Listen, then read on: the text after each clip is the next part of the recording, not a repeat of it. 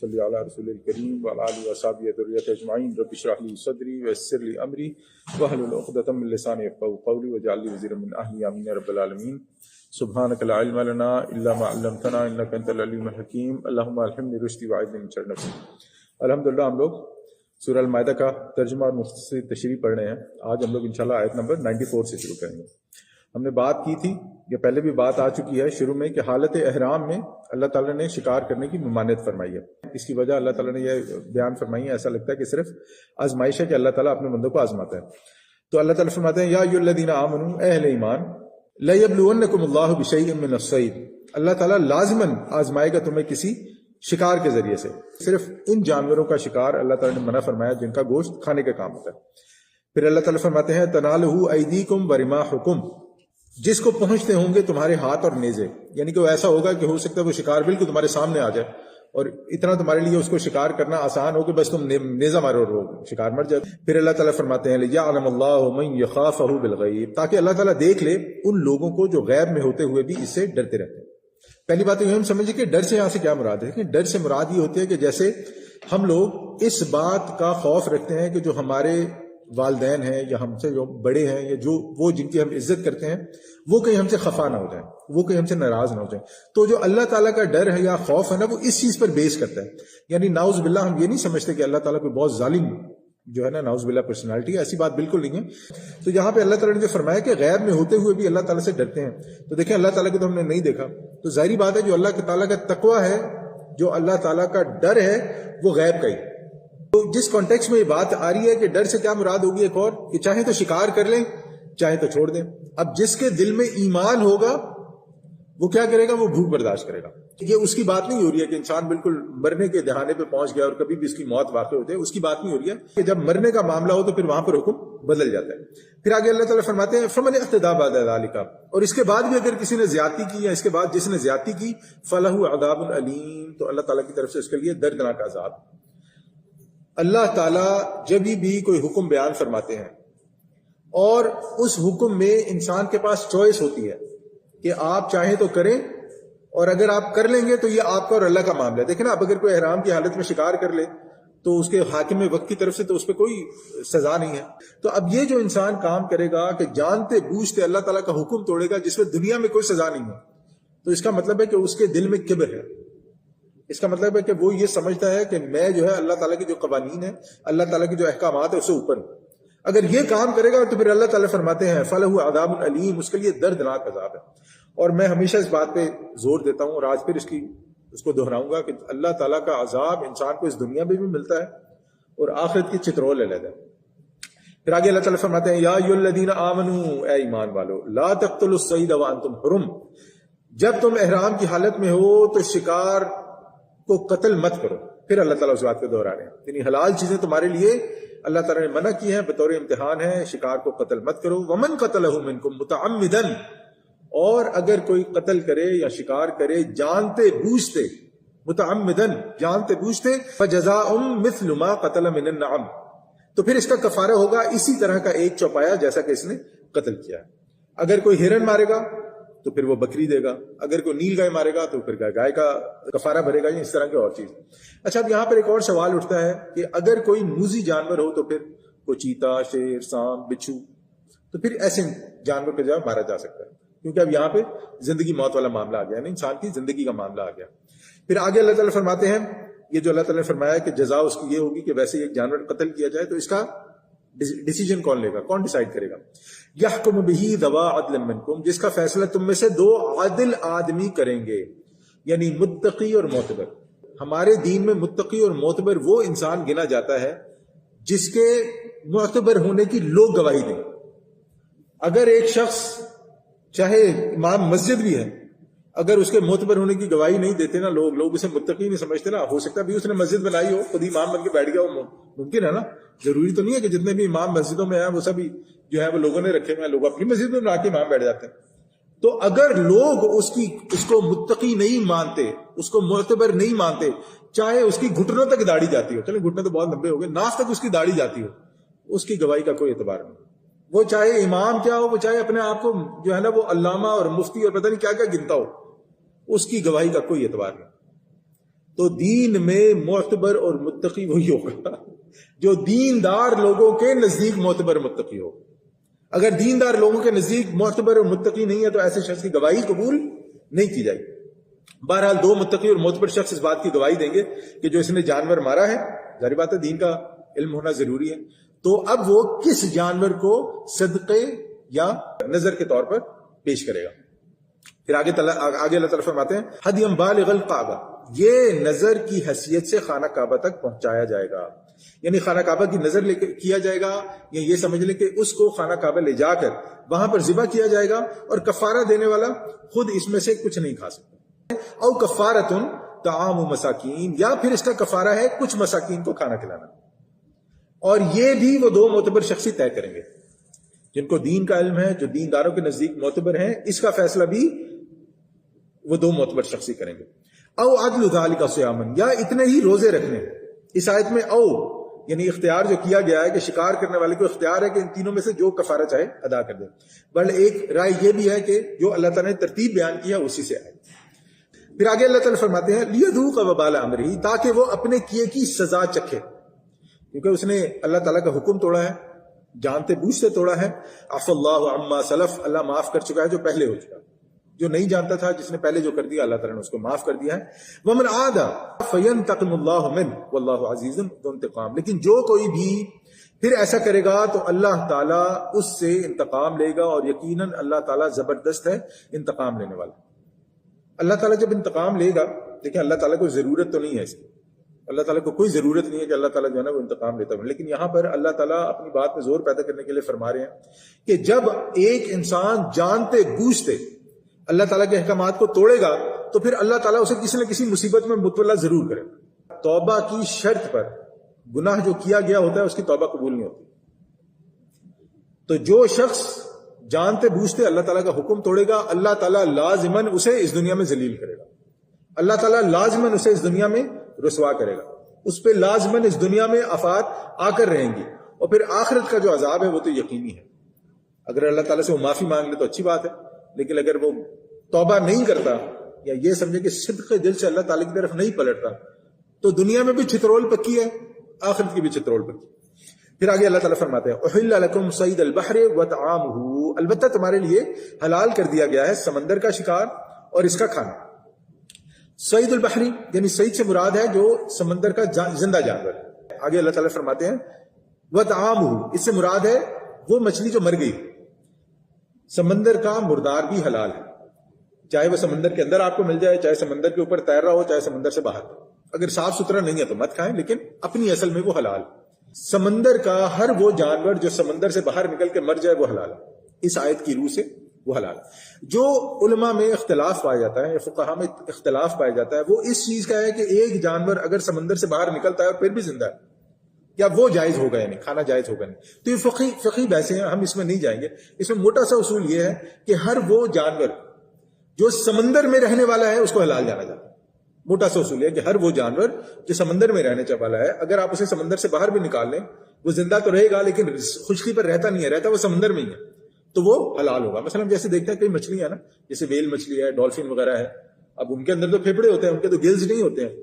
تو اب یہ بھی کہا جا سکتا ہے کہ اگر آپ انہیں سمندر سے نکال لیں تو وہ سمندر سے باہر بھی زندہ رہ سکتے ہیں، لیکن ہم جانتے ہیں کہ اپنی اصل میں وہ سمندر کے جانور ہیں. تو یہ ایک موٹا سا اصول ہے، باقی اس میں فقہی بحثیں ہیں، اس میں نہیں جا رہے. پھر آگے اللہ تعالیٰ فرماتے ہیں متاع لکم ولسیارہ، تمہارے لیے اور مسافروں کے لیے زیادہ راہ کے طور پر. یعنی اللہ تعالیٰ نے ایک ایکسیپشن بیان فرما دی کہ جب آپ حالت احرام میں ہیں، حج کے لیے جا رہے ہیں، اگر آپ سمندر سے شکار کرنا چاہیں تو آپ کے لیے جائز ہے. زمینی شکار نہیں کر سکتے، سمندر سے آپ شکار کرنا چاہیں تو آپ کے لیے جائز ہے. وحرم علیکم صید البر ما دمتم حرما، لیکن خشکی پر شکار کرنا تمہارے لیے حرام کر دیا گیا ہے جب تک تم احرام کی حالت میں، صرف خشکی کے جانور حرام ہوں گے. واتقوا اللہ، دیکھ پھر اللہ تعالیٰ بھی فرمایا واتقوا اللہ، اللہ کا تقوی اختیار کرو، الذی الیہ تحشرون، جس کی طرف تمہیں جمع کر دیا جائے. بولے یہ جو تقوی والا معاملہ ہے نا، آپ دیکھیں کہ اللہ تعالیٰ جب بھی کوئی حکم فرماتے ہیں نا، ہم پہلے بھی پڑھ رہے تھے جب اللہ تعالیٰ نے عورتوں کے حقوق بیان فرمائے ساتھ ہی کہا اللہ تعالیٰ نے کہ تقوی اختیار کرو. بیوی کے حقوق بیان فرمائے ساتھ ہی بتایا اللہ تعالیٰ کے تقوی اختیار کرو. بیٹیوں کا حقوق بیان فرمائے، میں اس سے بات کر رہا ہوں، وراثت کے کانٹیکٹ میں بات کر رہا ہوں، اللہ تعالیٰ نے ساتھ ہی کہا کہ تقوی اختیار کرو. کیونکہ جو شخص اختیار میں ہوتا ہے نا اب یہ جو نا وراثت کے معاملات، طلاق کے معاملات، یہ وہ معاملات ہیں جس میں مرد عموماً اختیار کرتے ہیں.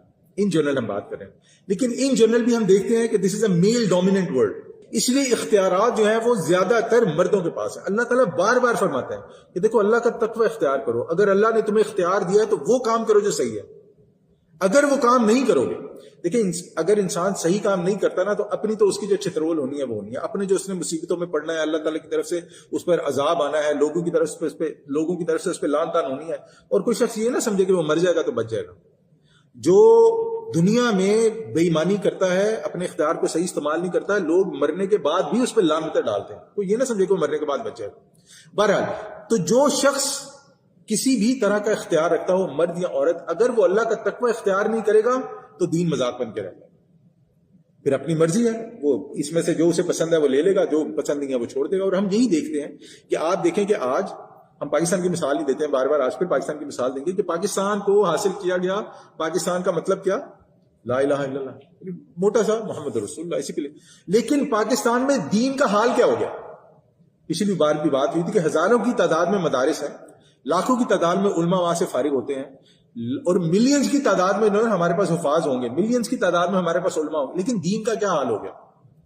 دین کہاں گیا؟ جس دین کے لیے، جس دین پر عمل کرنے کے لیے پاکستان کو حاصل کیا گیا تھا، پاکستان بنایا گیا تھا، وہ دین کہاں پر ہے آج؟ اور دیکھیں اوپر جو ہمارے ارباب اختیار جو اوپر آ کے لوگ بیٹھ گئے ہیں، وہ ایسے ایسے جاہل ہیں دین کے معاملے میں کہ جنہیں سورہ فاتحہ اور سورہ اخلاص بھی نہیں پڑھنی آتی. آپ یہ گوگل کر لیں، یہ ایسی چیز نہیں ہے کہ بندہ کہ یہ جھوٹ بول رہا ہے. اب تو کوئی جھوٹ نہیں بول سکتا ایسے معاملات میں. آن دا ریکارڈ چیزیں موجود ہیں. سورہ اخلاص نہیں پڑھنی آتی، سورہ کوثر نہیں پڑھنی آتی. اور یہ ملک وہ ہے جسے لا الہ الا اللہ محمد رسول اللہ کا نعرہ لگا کے حاصل کیا گیا. اتق اللہ، اللہ کا تقوی کہیں نہیں، اللہ کا تقوی کہیں نہیں. اسی لیے آپ دیکھیں کہ ہمارا ملک ایوالو ہو رہا ہے، دن بدن ایوالو ہو رہا ہے، بڑھتا جا رہا ہے. لیکن کس کی طرف؟ کرپشن کی طرف. اور میں کسی پارٹی کا نام نہیں لے رہا، میں اس کو سیاسی نہیں کرنا چاہتا. ہم ایک مسلمان ہونے کی حیثیت سے سوچیں کہ ہمارا ملک دن بدن ترقی کرتا جا رہا ہے، لیکن تنزلی کی طرف، تنزلی کا شکار ہوتا جا رہا ہے. غریب انسان دن بدن جو ہے وہ مصیبتوں کا شکار ہوتا جا رہا ہے. جو کرپٹ ہیں وہ دن بدن جو ہے اپنی چیزیں جو ہے وہ بہتری کی طرف لے کے جائی جا رہے ہیں. کیونکہ جو ارباب اختیار ہیں، جو اوپر بیٹھے ہوئے ہیں، اللہ کا تقوی اختیار نہیں کرتے. اور دیکھیں آپ کے سامنے ہے نا ایک بندہ، یعنی کہ پھر وہی بات کہ کچھ چھپا ہوا نہیں ہے. ایک بندہ جو سائیکل پہ میٹر ریڈر ہوتا تھا، جب وہ سیاست میں آتا ہے تو اربوں کی جائیدادیں بنا لیتا. یار ہے اربوں کی، کروڑوں والی تو بات ہی نہیں رہی. اربوں کی جائیدادیں، سائیکل میٹر ریڈر سائیکل پہ جو آتا تھا پڑھنا میٹر ریڈنگ کے لیے، ایک عام انسان جو جب سیاست میں، یعنی یہ کیا ہے؟ یہ کیا ہے؟ یہ کیونکہ تقوی نہیں ہے، اللہ تعالیٰ کا تقوی اختیار نہیں کرتے، دین نہیں سیکھتے، مرنا بھول گئے ہیں. اللہ کا تقوی تو اللہ کہ میں نے اتنی لمبی جو تقریر کر دی کہ واتقوا اللہ، اللہ کا تقوی اختیار کیے رکھو، الذی الیہ تحشرون، جس کی طرف تمہیں جمع کر دیا جائے گا. بھولو مت، بھولو مت کہ یہ دنیا عارضی ہے. بھولو مت کہ واپس جانا ہے. ایک ایک لفظ، ایک ایک عمل، ایک ایک بات، ایک ایک چیز جو تم نے اس دنیا میں کی ہے، اللہ تعالیٰ کے پاس جواب دی تمہاری ہو. جعل اللہ الکعبۃ البیت الحرام قیاما للناس، اللہ تعالیٰ نے کعبے کو جو کہ بیت الحرام ہے لوگوں کے لیے قیام کا باعث بنا دیا. کعبہ کو بیت الحرام کہا جاتا ہے کیونکہ وہاں پہ بہت ساری چیزیں جو ہماری نارمل زندگی میں حلال ہیں وہاں پر کرنی جائز نہیں ہے. مثلا آپ وہاں پہ درخت نہیں کاٹ سکتے ہیں، آپ وہاں پہ شکار نہیں کر سکتے ہیں، آپ وہاں پہ اسی طرح کوئی پڑی ہوئی آپ کو چیز مل جائے تو وہ اٹھا نہیں سکتے ہیں. اسی طرح اگر کعبہ کے جو پتھر ہیں اب وہ بھی وہاں سے اٹھا کے دوسرے شہر نہیں لے کے جا سکتے. کسی سے دشمنی، یعنی اس کا دشمن مل جائے تو آپ اسے بھی نہیں مار سکتے، حتیٰ کہ اس کے والد کا یا کسی اور کا قاتل ہو تو آپ اس کو بھی جو ہے نا حملہ نہیں کر سکتے. والشہر الحرام والہدی والقلائد، اور حرمت والا مہینہ، قربانی کے جانور، اور وہ جانور بھی جن کے گلوں میں پٹے ڈال دیے گئے ہیں. یعنی یہ سب شاعر ہیں. شاعر جو ہے وہ شعیرہ کی جمع ہے جس کا مطلب ہوتا ہے امتیازی علامت. تو یہ سب امتیازی علامات ہیں. لیکن جیسے کسی ملک کی امتیازی علامات ہوتی ہے نا، جیسے اس کا جھنڈا اس کی امتیازی علامت ہے، یا اس کا کوئی خاص یونیفارم، یا اس کا کوئی خاص سلوگن ہے، اس قسم کی کوئی خاص اور چیز جو اس کا امتیازی علامت ہے. اسی طرح ہمارے دین کی بھی امتیازی علامات ہیں اور ان کی بھی عزت کرنا ہمارے اوپر فرض ہے. اللہ تعالیٰ نے یہاں پہ فرمایا کہ حرمت والا مہینہ، مجھے امید آپ سب جانتے ہوں گے لیکن جسٹ ایک ریمائنڈر کے لیے کہ اسلام میں حرمت والے 4 مہینے، اور رمضان ان مہینوں میں نہیں ہے. رمضان حرمت والے مہینوں میں نہیں ہے. ذی القعدہ، ذی الحجہ اور محرم، یہ 3 ایک ساتھ ہیں، اور چوتھا رجب، یہ حرمت والے مہینے ہیں. تو آگے اللہ تعالیٰ فرماتے ہیں ذالک لتعلموا، یہ اس لیے کہ تم اچھی طرح جان لو ان اللہ یعلم ما فی السماوات والارض، اللہ تعالیٰ کو آسمانوں اور زمین کی ہر شے کا علم ہے، وَأَنَّ اللَّهَ بِكُلِّ شَيْءٍ عَلِيمٌ، اور یہ کہ اللہ ہر شے کا علم رکھتا ہے۔ یعنی یہ اتنی ساری بات کرنے کے بعد اللہ تعالیٰ نے یہ جو بات بیان فرمائی ہے نا کہ اللہ تعالیٰ نے جو تمہارے اوپر چیزیں حرام کی ہیں ان کو حرام سمجھو، اللہ تعالیٰ کے جو شاعر ہیں ان کی حرمت، ان کی عزت کرو، تکریم کرو، احترام کرو۔ پھر آگے اللہ تعالیٰ نے فرما دی کہ اللہ تعالیٰ ہر شے کا علم رکھتا ہے، یہی تمہارے لیے بہتر ہے۔ اگر سمجھ میں آ جائے تو ٹھیک ہے، اگر سمجھ میں نہیں آئے تو بھی تم نے اسی پر ہی عمل کرنا ہے۔ لیکن دین کے احکامات کے بارے میں ایک چیز ہم یاد رکھیں گے، یہ بڑا ضروری ہے، میں اس پہ بار بار زور دیتا ہوں، آج پھر وہ بات دہراؤں گا۔ دین کا کوئی بھی حکم ہم لوگ اس لیے نہیں چھوڑ سکتے کہ میری سمجھ میں نہیں آ رہا، یا ہم لوگ اس لیے نہیں چھوڑ سکتے کہ آج کی دنیا میں پریکٹیکل نہیں، ایسا بالکل نہیں کر سکتے۔ اور آپ دیکھیں کہ جب بھی انسان دین کا کوئی ایک حکم، اللہ تعالیٰ کا کوئی ایک حکم، نبی صلی اللہ علیہ وسلم کی ایک سنت چھوڑتا ہے نا، تو اس کی جگہ ایک بدعت جو ہے نا وہ جنم لے لیتی۔ اور پھر ہوتا یہ ہے کہ وہ سنت یا وہ حکم چھوڑنے کی وجہ سے وہ بدعت ایسی پلتی ہے، ایسی ایوالو ہوتی ہے، ایسی زیادہ ہوتی ہے کہ وہ لوگ جو ہے نا اس کو نہ کرنا گناہ سمجھنا شروع کر دیتے۔ تو یہ بات ہم جانیں گے اپنی زندگی میں بھی، اور اپنے بچوں کو بھی سکھائیں گے کہ جو بھی اللہ تعالیٰ نے حکم دیے ہیں، جو بھی ہمارے دین کے احکامات ہیں، جو بھی نبی اکرم صلی اللہ علیہ وسلم کی سنتیں ہیں، ہم نے اس کو من و عن ویسے کا ویسا ماننا ہے اور اس پہ عمل کرنا ہے۔ پھر آگے اللہ تعالیٰ فرماتے ہیں اعلموا، جان لو، ان اللہ شدید العقاب وان اللہ غفور الرحیم، اللہ تعالیٰ سزا دینے میں بھی بہت سخت ہے اور اللہ تعالیٰ غفور اور رحیم بھی ہے۔ اب یہ آپ پر منحصر ہے کہ آپ اپنے آپ کو کس کا مستحق بناتے ہیں۔ اللہ تعالیٰ کے احکامات مانتے ہیں تو اللہ تعالیٰ غفور اور رحیم بھی ہے۔ اگر انسان کہتا ہے کہ فاسق ہو جاتا ہے، میں نہیں مانتا، ڈنکے کی چوٹ پہ کہتا نہیں کرتا، یا اسے پتا ہے ایک چیز غلط ہے اور وہ پھر بھی کرتا ہے، لوگوں کو کون سا پتا چلے گا؟ یا کس نے آ کے جو ہے میرے سے سوال کرنا ہے، میں جو مرضی کروں، تو پھر جان لو ان اللہ شدید العقاب، اللہ تعالیٰ سزا دینے میں سخت ہے۔ اور میں اس کی طرف بار بار توجہ دیتا ہوں، پھر جب اللہ تعالیٰ سزا دیتا ہے نا تو بندے کی چیخیں جو ہے نا وہ ساری دنیا سنتی ہے۔ اللہ تعالیٰ کی سزا سے ڈرنا چاہیے، اللہ تعالیٰ سے ڈرتے رہنا چاہیے، ہمیں کوشش کرنی چاہیے کہ ہم اللہ تعالیٰ کی رحمت کے امیدوار بنیں۔ پھر آگے اللہ تعالیٰ فرماتے ہیں ما علی الرسول الا البلاغ، رسول اللہ صلی اللہ علیہ وسلم پر سوائے پہنچا دینے کے اور کوئی ذمہ داری نہیں ہے۔ اب یہاں پہ کوئی سوال کر سکتا ہے نا، کیوں ہے کیوں ہے کیوں ہے، ایسا کیوں نہیں ہے، ایسا کیوں ہے، ایسا کیوں نہیں ہے، ایسا کیوں نہیں ہے؟ اللہ تعالیٰ فرماتے ہیں نبی صلی اللہ علیہ وسلم کو جو حکم دیا گیا ہے نبی صلی اللہ علیہ وسلم نے آپ تک پہنچا دیا ہے، اور نبی صلی اللہ علیہ وسلم کی ذمہ داری اس سے زیادہ نہیں ہے کہ وہ آپ تک پہنچا دیں۔ واللہ یعلم ما تبدون وما تکتمون، اور اللہ تعالیٰ جانتا ہے جو کچھ تم ظاہر کرتے ہو اور جو کچھ تم چھپاتے ہو۔ یہاں سے ایک بات اور ہماری چیز سمجھ میں آئی کہ ہم نے اپنی استطاعت کے مطابق پہنچانے کی ذمہ داری پوری کرنی ہے۔ دیکھیں سب کی نا استطاعت مختلف ہے، کسی کی بات کی ہوگی، کسی کی لکھنے کی ہوگی، ہو سکتا ہے کوئی ڈیزائنر بہت اچھا ہو سکتا ہے کسی کی ایکسپرٹیز کسی اور چیز میں اچھی ہو۔ ہمیں یہ تلاش کرنا ہے کہ ہماری استطاعت کیا ہے، ہم دین کی خدمت اپنی استطاعت میں کیسے کر سکتے ہیں۔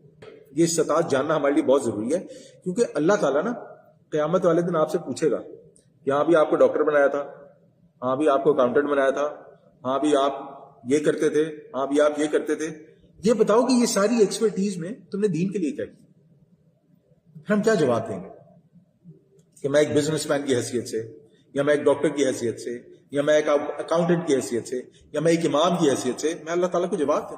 اللہ تعالیٰ مجھ سے پوچھے گا تمہیں یہ آتا تھا، میں نے تمہیں یہ چیزیں دی تھی، اس کے بارے میں تم سے سوال۔ جو نہیں آتا تھا وہ نہیں آتا تھا، میں حافظ قرآن نہیں ہوں تو میں حافظ قرآن نہیں ہوں، اگر میں مفتی نہیں ہوں، علامہ نہیں ہوں تو میں نہیں ہوں، اللہ تعالیٰ اس کے بارے میں نہیں پوچھیں گے، لیکن جو میں ہوں اس کے بارے میں ضرور پوچھیں گے۔ نبی صلی اللہ علیہ وسلم کے بارے میں اللہ تعالیٰ فرما رہے کہ پہنچانا نبی صلی اللہ علیہ وسلم کی ذمہ داری ہے، اور اللہ تعالیٰ جانتا ہے جو تم کرتے ہو جو تم چھپاتے ہو۔ یہی ہمارے اوپر بھی ہے کہ ہماری بھی پہنچا دینا ذمہ داری ہے، جو ہماری استطاعت کے مطابق ہے۔ اس کے بعد کوئی کرتا ہے کوئی نہیں کرتا ہے، وہ اللہ تعالیٰ کے سامنے جواب دے۔ اس کی مزید بھی ڈیٹیلز ہیں لیکن ہم اس میں نہیں جا رہے فی الحال۔ پھر آگے اللہ تعالیٰ فرماتے ہیں قل، نبی صلی اللہ علیہ وسلم فرما دیجئے لا یستوی الخبیث والطیب ولو اعجبک کثرت الخبیث، کہہ دیجئے کہ ناپاک اور پاک برابر نہیں ہو سکتے، چاہے ناپاک شے کی کثرت تمہیں اچھی لگے۔ حلال میں ہر معاملے میں برکت، چاہے تھوڑا سا ہی ہو، حرام کے ہر معاملے میں بے برکتی ہے، چاہے کتنا ہی زیادہ ہو۔ اور شیطان کا یہ بہت بڑا ٹریپ ہے کہ شیطان ہمیں یہ کہتا ہے تمہارے پاس جتنا ہے وہ کم ہے۔ میں پھر ریپیٹ کر رہا ہوں، شیطان کا یہ بہت بڑا ٹریپ ہے کہ شیطان ہمیں آ کے یہ کہتا رہتا ہے تمہارے پاس جتنا ہے وہ کم ہے. آپ کسی بھی شخص سے یہ پوچھ لیں کہ تمہارے پاس کتنے پیسے ہوں گے جو تمہیں لگتا ہے کافی ہوں گے, اور آپ دیکھیں گے کہ ابھی یہاں بیٹھے ہوئے نا, ہم سب ایک فگر پہ متفق نہیں ہو سکتے. میری کوئی اور ہوگی, آپ کی کوئی اور ہوگی, کسی اور کی کوئی اور ہوگی, اور یہ فگر وقت کے ساتھ ساتھ بدلتی رہے گی. آج وہ فگر 3 شاید اس میں 0 لگتے ہوں, کل کو 5 لیں گے, کل کو 50 لیں گے, جتنے بھی لیں, کوئی بھی ایک فگر کافی نہیں انسان. اسی لیے ہمیں دعا یہ کرنی چاہیے کہ یا اللہ ہمارے پاس جو ہے اس میں برکت ڈال دیں, ہمارے پاس جو ہے اسے ہمارے لیے کافی کر دیں, ہمیں حرام سے بچاتے رہیں تاکہ ہماری زندگیوں میں مصیبتیں نہ آئیں, ہمیں حرام سے بچاتے رہیں تاکہ ہم لوگ اپنی زندگیوں میں کسی آفات کا شکار نہ ہوں. یہ اتنا مشکل معاملہ ہے, کہنے کو بہت آسان لگتا ہے, لیکن یہ اتنا مشکل معاملہ ہے کہ انسان کو جب مل رہا ہوتا ہے نا حرام سے, انسان کہتا ہے وہ اللہ بڑا غفور رحیم ہے, کوئی بات, اور پھر جب اس کا خمیازہ بھگتنا پڑتا ہے نا, پھر جب اس کا رزلٹ آتا ہے نا, پھر وہ انسان کی نسلیں برباد ہوتی ہیں, جنریشن پیس فار دیٹ, اتنا برا حال ہوتا ہے. تو بہرحال اللہ تعالیٰ فرماتے ہیں کہ نبی صلی اللہ علیہ وسلم بتا دیجئے کہ خبیث اور طیب, ناپاک اور پاک جو ہے وہ برابر نہیں ہو سکتے, چاہے تمہیں ناپاک شے کتنی ہی کثرت میں ملتی. فاتقوا اللہ, پھر وہی بات, اللہ کا تقوی اختیار, اللہ کا تقوی اختیار کرو. یا اولی الالباب, اے ہوش مندو, لعلکم تفلحون, تاکہ تم فلاح پا جاؤ. اللہ اکبر, تاکہ تم فلاح پا جاؤ. اگر کوئی انسان کامیابی چاہتا ہے, اگر کوئی انسان اس دنیا میں چاہتا ہے کہ اللہ تعالیٰ اس کے معاملات کو سیٹل کر دے, اللہ تعالیٰ اس کی زندگی میں سکون لے آئے, اللہ تعالیٰ اس کے بچوں تک کو سکون فراہم کرے, تو واللہ وہ حرام سے بچے, اپنی تئیں پوری کوشش کرے کہ اس کی زندگی میں حرام کا عمل دخل نہ ہو, اپنے تئیں پوری کوشش کرے کہ وہ حلال کے ساتھ ڈیل کرے گا, اللہ تعالیٰ اس کی زندگی میں کامیابی لے آئے گا, اور انشاءاللہ آخرت میں بھی کامیابی اس کو. اور نہ آپ دیکھیں گے, میں پھر وہی کہہ رہا ہوں, آپ اپنے ارد گرد نظر ڈالیں, ایسے لوگ, کئی ایسے لوگ ہیں کہ جنہوں نے اپنی زندگی میں نا شاید ایک جسے کہتے ہیں گاڑی بھی نہ لی ہو, لیکن اللہ تعالیٰ نے ان کے بچوں کو ایسا نوازا ہے کہ ان کے بچے جو ہے نا وہ ملینئر سے کم نہیں ہیں. کہ میں جانتا ہوں, میں ایسے لوگوں کو جانتا ہوں کہ جنہوں نے اپنی زندگی میں شاید ان کے پاس ایک گاڑی تھی, انہوں نے حرام کو کبھی ہاتھ نہیں لگایا, لیکن اللہ تعالیٰ نے ان کے بچوں کو, ایک بچے کو شاید 1 کروڑ کا گھر دیا ہوگا. آپ تو کروڑ کی ویلیو نہیں, میں بات کر رہا ہوں. تو نا یہ حلال میں اتنی برکت ہوتی, ہم تو یہی سمجھتے نا, ہائے میرا بڑھاپا کیا ہوگا, میرے بچے مجھے چھوڑ کے چلے جائیں گے, اگر میں بیمار ہو گیا میرا علاج کون کرائے گا, یہ شیطان ہی آگے ڈالتا ہے. لیکن اللہ حلال کی ماں کو بات بتا رہا ہے, ایسی چیز ہوتی ہے کہ اللہ تعالیٰ غیب سے آپ کی مدد فرماتے ہیں. اللہ تعالیٰ ایسے لوگوں کو جو ہے نا آپ کی مدد کے لیے بھیجتے کہ آپ سوچ بھی نہیں سکتے. فاتقوا اللہ یا اولی الالباب, اللہ کا تقوی اختیار کرو ہوش مند لوگو. آگے اللہ تعالیٰ فرماتے ہیں یا ایھا الذین آمنوا, اے اہل ایمان, لا تسألوا عن اشیاء ان تبد لکم تسؤکم, ان چیزوں کے متعلق سوال نہ کرو جو اگر تم پر ظاہر کر دی جائیں تو تمہیں بری لگیں. وَإِن تَسْأَلُوا عَنْهَا حِينَ يُنَزَّلُ الْقُرْآنُ تُبْدَ لَكُمْ, اگر تم سوال کرو گے ایسی چیزوں کے بارے میں جبکہ ابھی قرآن کا نزول جاری ہے تو تمہارے لیے وہ ظاہر کر دی جائیں گی. وہ بڑی مشہور حدیث ہمیں ملتی ہے, میرے خیال سے غالباً بخاری کی, ترمذی کی حدیث ہے, جس میں نبی صلی اللہ علیہ وسلم حج کے بارے میں بیان فرما رہے تھے. تو ایک صحابی کھڑے ہو گئے, انہوں نے کہا نبی صلی اللہ علیہ وسلم کیا حج ہر سال فرض ہے؟ نبی صلی اللہ علیہ وسلم خاموش رہے. پھر پوچھا نبی صلی اللہ علیہ وسلم حج ہر سال فرض ہے؟ نبی صلی اللہ علیہ وسلم پھر خاموش رہے. پھر تیسری بار پوچھا تو کسی صحابی نے شاید انہیں منع کر دیا. اس کے بعد نبی صلی اللہ علیہ وسلم نے فرمایا کہ اگر میں ہاں بول دیتا تو ہر سال حج ہے وہ تمہارے لیے فرض ہو جاتا. اور اسی طرح ایک دوسری مثال میں ملتی ہے جو ہم نے سورہ بقرہ میں پڑھی کہ جب اللہ تعالیٰ نے بنی اسرائیل کو حکم دیا کہ گائے ذبح کرو, وہ کوئی بھی گائے لیتے اور ذبح کر دیتے, لیکن نہیں, پڑ گئے کہ رنگ کیا ہو, کتنی بڑی ہو, کیسی ہو, بڈھی ہو, جوان ہو, فلانی ہو, ڈمانی ہو, وہ جتنا کرتے گئے اتنا مشکل ہوتا گیا. تو اللہ تعالیٰ فرما رہے ہیں کہ اگر تم سوال کرو گے, یہ اس وقت کی بات ہے, اگر سوال کرو گے تو تمہارے لیے وہ چیزیں ظاہر کرتی جائیں گی اور اپنے لیے مشکلات کا شکار ہوگا. اور نا آج بھی یہ ہم ایک چیز یاد رکھیں گے, ایک اصول ہم آج بھی یاد رکھیں گے. ہمارے ایک اور یہ بڑا مسئلہ ہوتا ہے, ہمارے سامنے ایک بالکل واضح چیز ہے, مثلا ہم کہیں ریسٹورینٹ میں کھانا کھانے گئے ہیں, یہاں پر بہت زیادہ ہوتا ہے. اب وہ ریسٹورینٹ والے نے لگایا ہوا ہے کہ بھئی میں حلال کھانا سرو کرتا ہوں یا میں حلال گوشت سرو کرتا ہوں. اب وہ ہمارے کچھ بھائی ہیں, وہ جا کے کہیں گے اچھا جی مجھے سرٹیفکیشن دکھاؤ, اچھا جی تم نے کہاں سے لیا ہے, اچھا جی تم نے فلانا کیا کیا, تم نے ڈمانا. بھئی آپ کے سامنے اگر وہ شخص مسلمان ہے, آپ کو اس پر یہ اعتماد ہے کہ جھوٹ نہیں بولتا, وہ کہہ رہے ہیں حلال گوشت سرو کرتے, بات ختم ہو گئی. اب کیوں اپنے لیے بلا وجہ کی جو ہے نا وہ مصیبتیں اور بلا وجہ کے نا مسائل کھڑے کر دیں, اور اس کے لیے بھی تو نا ہمارے لیے سمجھنا بہت ضروری ہے کہ ہم لوگ اپنی زندگی میں بلا وجہ کی مصیبتیں، بلا وجہ کے مسائل کھڑے نہ کریں. اب نبی صلی اللہ علیہ وسلم نے فرمایا کہ پیدل چل کے کوئی مسجد آتا ہے تو ایک قدم پہ ایک ثواب ہے اور ایک گناہ معاف ہے. اب کوئی بندہ جو ہے وہ 5 میل دور رہتا ہے، وہ چلے خود تو پیدل چل کے آتا ہے اور بچوں کو بھی مجبور ہے نہیں تم بھی میرے ساتھ پیدل ہی چلو، تو بھائی یہ جو ہے نا یہ تقویٰ نہیں ہے. بہر آگے اللہ تعالیٰ فرماتے ہیں عفا اللہ عنہا، اللہ تعالیٰ نے اس میں تمہارے لیے درگزر سے کام لیا ہے. واللہ غفور حلیم، اور اللہ تعالیٰ بخشنے والا اور بردبار ہے. اس میں ایک ہمیں بخاری اور مسلم کی حدیث ملتی ہے جس میں نبی صلی اللہ علیہ وسلم نے فرمایا ہے کہ مسلمانوں میں سے سب سے بڑا مجرم وہ ہے کہ جس کے سوال کرنے کی وجہ سے کوئی چیز حرام کر دی گئی در اعلیٰ ہا کے اس سے قبل وہ حلال. بخاری اور مسلم کی روایت ہے. اور آج بھی آپ دیکھیں، آج بھی ایسے جو ہے نا وہ شاہ سے بڑھ کے شاہ کے رشتہ دار موجود ہوتے ہیں کہ ایک معاملہ اچھا خاصا چل رہا ہوتا ہے، اس میں آ کے ایسی بیچ میں جو ہے نا وہ، میں ابھی کیا اس کے لیے لفظ لچ تلتے ہیں، چلے یہی لفظ یوز کر لیتے ہیں، ایسا معاملہ کرتے ہیں کہ وہ جو اتنا اچھا سسٹم چل رہا ہوتا ہے نا وہ پورا بیڑا غرق کر کے رکھ دیتے ہیں، پورا اسے کہتے ہیں ہلا کے رکھ دیتے ہیں. اوئے ہوئے ہوئے، میں مثال نہیں دینا چاہتا. یہ اللہ تعالیٰ کے نزدیک نا ایسا شخص بہت بڑا مجرم ہے کہ ایک معاملات ہیں مسلمانوں کے اچھے خاصے چل رہے ہیں، سب کی ایک انڈرسٹینڈنگ ہے، بیچ میں ایک جو ہے نا وہ چاچا جی آئیں گے اور انہیں اپنی نئی لچ تل دیں گے، جی انہوں کن نے بنایا جی، اے کتوں آیا جی، او چلو. بہرحال جی یہ ہمارے لیے بڑا ضروری ہے کہ ہم جو ہے نا جو معاملات ہیں، خاص طور پہ وہ معاملات جو ہمارے معاشرتی مجموعی معاملات ہیں، اس میں اپنی عقل کو بھی اور اپنی زبان کو بھی اختیار میں رکھیں. جو منہ میں آئے اس کو زبان سے نہ نکال دیں، اور جو بھی ذہن میں سوچ آئے اس کو بلا وجہ نہ منہ سے نکال دیں. پھر آگے اللہ تعالیٰ فرماتے ہیں قد سألها قوم من قبلكم ثم اصبحوا بها كافرين، تم سے پہلے ایک قوم، پھر بات ہے ہم سے پہلے جو اہل کتاب تھے، ایک قوم نے اس قسم کے سوالات کیے تھے اور پھر وہ ان کے انکار کرنے والے بن گئے. یعنی اللہ تعالیٰ نے ان کے لیے چیزیں حلال کی تھی لیکن انہوں نے کہا نہیں جی یا اللہ آپ نے جو ہمیں چیزیں حلال کی ہیں نا ہم اس کے بغیر بھی رہ سکتے ہیں. کسی نے اپنے اوپر چربی حرام کر لی، کسی نے اپنے اوپر گوشت حرام کر لیا، کسی نے اپنے اوپر بیوی کے پاس جانا حرام کر لیا، کسی نے اپنے اوپر یہ دنیا حرام کر. اللہ نے کہا ان کے لیے اللہ تعالیٰ نے کہا اگر اچھا ایسے ہے تو پھر ایسے ہی، تو میں یہ لگتا ہے یہی صحیح ہے تو پھر یہی صحیح. آپ دیکھیں نبی اکرم صلی اللہ علیہ وسلم، سبحان اللہ، اللہ تعالیٰ صلی اللہ علیہ وسلم، نبی اکرم صلی اللہ علیہ وسلم کو آپ دیکھیں، نبی صلی اللہ علیہ وسلم نے فرمایا کہ میں چاہتا ہوں کہ یہ مسواک جو ہے نا، جو نبی صلی اللہ علیہ وسلم مسواک کرتے تھے، کہ میری امت جو ہے یہ مسواک ہر نماز سے پہلے کرے. لیکن نبی صلی اللہ علیہ وسلم نے فرض نہیں کیا. نبی صلی اللہ علیہ وسلم نے یہ نہیں کہا کہ لازم کرو، جو نہیں کرے گا اس کو وضو پورا نہیں ہے. نبی صلی اللہ علیہ وسلم نے چوائس دے دیا. اور نبی صلی اللہ علیہ وسلم اپنی زندگی میں ہمیشہ یہ کرتے تھے کہ نبی صلی اللہ علیہ وسلم کو جبھی بھی اختیار دیا جاتا تھا تو نبی صلی اللہ علیہ وسلم آسانی والا معاملہ اختیار فرماتے تھے. کیوں؟ وہی بات، کیوں نبی صلی اللہ علیہ وسلم جانتے تھے کہ آگے ایک امت آنی ہے، میری پوری ایک امت ہے، ان کے لیے آسانی ہو. اور یہ بھی جانتے تھے کہ مجھ سے پہلے کے جو لوگ ہیں جنہوں نے بلا وجہ کی اپنے اوپر سختی اختیار کی تو وہ اس کو قائم نہیں رکھ سکتے. دیکھیں ہمارا دین جو ہے نا وہ بڑا فطری ہے، ہماری فطرت کے مطابق ہے. اگر ہم اس دین کو بدلیں گے تو گویا ہم اپنی فطرت کے لیے، اپنی نیچر کے لیے اصولوں کو مشکل کر رہے ہیں. اس لیے ہمارے لیے بہت ضروری ہے کہ ہم لوگ اس بات کو سمجھیں کہ اللہ تعالیٰ کے جتنے بھی احکامات ہیں وہ ہماری بھلائی کے لیے. اس کے آگے اللہ تعالیٰ 4 چیزوں کا ذکر فرما رہے ہیں جو اس وقت کے جو مشرکین تھے یا لوگ تھے ان کے لیے خامخواہ بہت مقدس ہو گئے.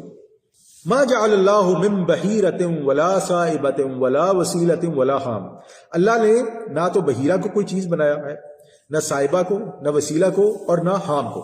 یعنی وہ چیزیں ہیں جس کی طرف تم لوگ جس کو مقدس سمجھتے ہو لیکن یہ مقدس نہیں. اس کے بارے میں ہمیں بخاری میں تفصیل ملتی ہے کہ بحیرہ ایک ایسا جانور جس کا دودھ جو ہے وہ اس وقت کے لوگوں نے بتوں کے لیے خاص کر دیا. دوسرا صائبہ وہ جانور ہے جسے پھر بتوں کے نام پہ چھوڑ دیا گیا. یہ میل ہوتا تھا and he can just go around and meet with any female، یعنی کہ وہ سانڈ کی حیثیت رکھتا تھا وہ جانور، وہ نکلتا تھا اور اوپن تھا، اس کو کوئی جو ہے نا کوئی کچھ نہیں کہہ سکتا تھا، اسے بھی مقدس سمجھتے تھے. اسی طرح وسیلہ وہ اونٹنی تھی جو مادہ بچوں کو جنم دیتی تھی اور اس کے بیچ میں جو ہے نا کوئی نر وہ اونٹنی پیدا نہیں ہوتی تھی.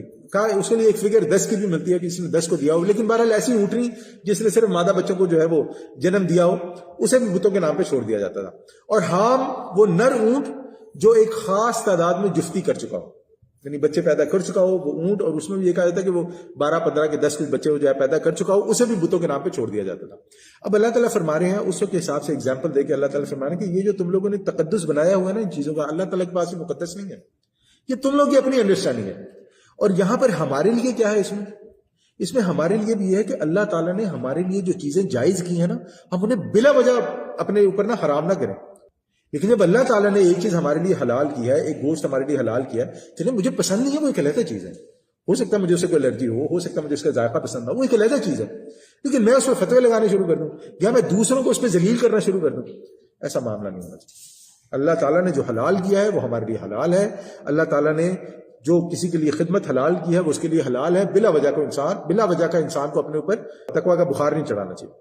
وَلَكِنَّ الَّذِينَ كَفَرُوا يَفْتَرُونَ عَلَى اللَّهِ الْكَذِبَ وَأَكْثَرُهُمْ لَا يَعْقِلُونَ، لیکن یہ کافر اللہ تعالیٰ پر افترا کرتے ہیں اور ان کی اکثریت عقل سے آری ہے، اللہ تعالیٰ پر جھوٹی باتیں کرتے ہیں۔ اگر انسان دنیاوی معاملات کو دین کی روح سے حل نہیں کرے گا نا تو وہ اپنے آپ کو جتنا بھی عقل مند سمجھتا ہو، اس کا لیٹر سالوں بعد رزلٹ یہ نکلے گا کہ آپ کی سوسائٹی میں بے شرمی، بے غیرتی، بے حیائی اور جو بھی آپ کرنا چاہتے ہیں نا وہ عام ہو جائے گی۔ اس وقت یہ معاملہ بڑی عقل والا لگتا ہے، یہی سارے جو ہے نا وہ 14 فروری مناتے ہیں، ویلنٹائن ڈے مناتے ہیں، سارے ایک دوسرے کو پھول دیتے ہیں، محبت کا دن ہے، فلانا ہے، ڈمانا ہے، عقل میں بڑی اچھی بات ہے، اوپر سے کتنی خوبصورت بات لگتی ہے، لیکن جب یہ عام ہو جاتی ہے تو پھر یہ بے شرمی اور بے حیائی انسان کے گھر تک گھستی ہے۔ پھر اگر کسی کی بچی یا بیٹی یا بیوی یا بہن محفوظ نہیں رہے گی نا تو کل کو آپ کو میری بھی نہیں رہے گی۔ تو دین کے معاملات میں اپنی عقل استعمال نہیں کرنی۔ آج سے جب 50 60 70 سال پہلے یہاں پر یہ اصول عام کیا گیا نا کہ شادی کی کوئی ضرورت نہیں ہے، ایسے ہی بچے پیدا کرو، اس وقت سب کو بہت اچھا لگا ہوگا، واہ واہ واہ واہ کیا اصول کر دیا ہے، فریڈم، جو مرضی کرو۔ اور آج نسل در نسل حرام زیادہ پیدا ہوتے ہیں، نسل در نسل عقل سے آ رہی، اکثریت عقل سے آ رہی ہے، یہ بات بہت ضروری مانی جاتی ہے۔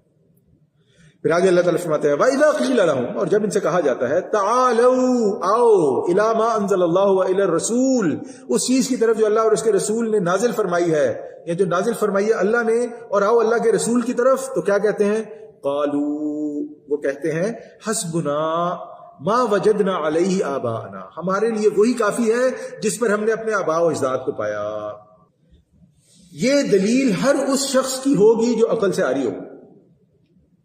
اچھا جب دنیا کا معاملہ ہوگا نا تب ایسی بات نہیں کرتے، یعنی اب کوئی کہے کہ بھئی آپ کے ابا جی اگر بھوسے کا یا اس کا بزنس کرتے تھے، پرانی دکان میں رہتے تھے، بغیر کمپیوٹر کے کام چلاتے تھے، ان کے پاس موبائل نہیں ہوتا تھا، یہ بھی فالو کرو نا، اس میں آپ کو ابا جی یاد نہیں آتے؟ نہیں، اس میں ابا جی یاد نہیں آتے کیونکہ اس میں نقصان ہوتا ہے نا، اس میں بزنس کمپیوٹر کے بغیر کیسے چلے گا، موبائل کے بغیر زندگی کیسے، اس میں ابا جی نہیں یاد آتے۔ لیکن جو دین کے معاملات ہیں جب بتایا جاتا ہے کہ اللہ اور اس کے رسول کا یہ حکم ہے، تو کہتے ہیں دیکھو یہ نہیں، تم یہ کہنا چاہ رہے کہ ہمارے ماں باپ جو ہے بیوقوف تھے، انہیں کچھ پتہ نہیں تھا، یہ اللہ تعالیٰ آگے یہ بات فرما رہے ہیں اولو کان آباہم لا یعلمون شیئا ولا یہتدون، خواہ ان کے آباء و اجداد ایسے رہے ہوں کہ انہیں کوئی علم حاصل ہوا ہو نہ ہی وہ ہدایت پر ہوں، یعنی نہ انہیں علم حاصل ہوا نہ ہی وہ ہدایت پر ہوں، یعنی پھر بھی تم یہی سمجھو گے۔ لیکن ہم نا ایک چیز کو سمجھیں گے، ہمارے آباء و اجداد for the sake of argument ہم کہہ رہے ہیں، سمجھنے کے لیے بات کریں، فرض کریں وہ کوئی چیز ایسی کرتے تھے جو صحیح نہیں تھی، for example whatever it could be, ان کا معاملہ اللہ تعالیٰ کے پاس ہو سکتا ہے بھائی انہیں نہ علم ہو، اللہ تعالیٰ انہیں معاف کرنے والا ہے، یعنی ہمارے اوپر ان کی ذمہ داری نہیں ہے، انہوں نے جو چیز صحیح سمجھی، جو اختیار کی، اس کے مطابق انہوں نے عمل کیا، اس نیت کے ساتھ کہ وہ اسے صحیح سمجھتے تھے، اسے دین سمجھتے تھے، ان کا اور اللہ کا معاملہ، ہم اللہ سے دعا کریں گے اللہ تعالیٰ نے معاف کرے، یعنی ان کی معافی سے ہماری معافی پہ کوئی فرق نہیں پڑتا۔ لیکن ایک شخص جانتے بوجھتے دین کو چھوڑ کے آباء و اجداد کا رستہ اختیار کرتا ہے تو گویا وہ اللہ تعالیٰ کی نافرمانی، کھلی فاسق، کھلے عام نافرمانی کرتا، یہ معاملہ اللہ تعالیٰ کو قبول نہیں ہے، یہ معاملہ اللہ تعالیٰ کے پاس بہت سخت ہے کہ آپ جانتے بوجھتے اللہ تعالیٰ کا حکم چھوڑیں اور جانتے بوجھتے وہ رستہ اختیار کریں جو آپ کو پتہ ہے صحیح نہیں ہے۔